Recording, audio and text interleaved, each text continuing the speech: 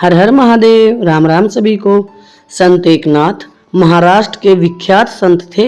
वह स्वभाव से अत्यंत सरल और परोपकारी थे। एक दिन उनके मन में विचार आया कि प्रयाग पहुंचकर त्रिवेणी में स्नान करें और फिर त्रिवेणी से पवित्र जल भरकर रामेश्वरम में चढ़ाए।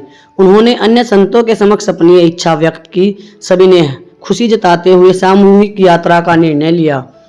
इसके पश्चात एकनाथ सभी संतों के साथ प्रयाग पहुंचे। सभी ने त्रिवेणी में स्नान किया। उसके पश्चात अपनी अपनी कावड़ में त्रिवेणी का पवित्र जल भर लिया। पूजा पाठ से निवृत्त हो सभी ने भोजन किया, फिर रामेश्वर की यात्रा पर निकल पड़े। संतों का यह समूह यात्रा के मध्य में ही था कि मार्ग में गधा दिखाई दिया। वह प्यास से तड़प रहा था और चल भी नहीं पा रहा था। सभी संतों के मन में दया उपजी, किंतु उनके कावड़ का जल तो रामेश्वर के लिए था, इसलिए सभी ने अपने मन को कठोर कर लिया। किंतु एकनाथ से रहा नहीं गया। उन्होंने तत्काल अपनी कावड़ से पानी निकालकर गधे को पिला दिया। प्यास बुझने के बाद गधे को मानो एक नया जीवन प्राप्त हो गया। वह उठकर सामने घास चरने लगा।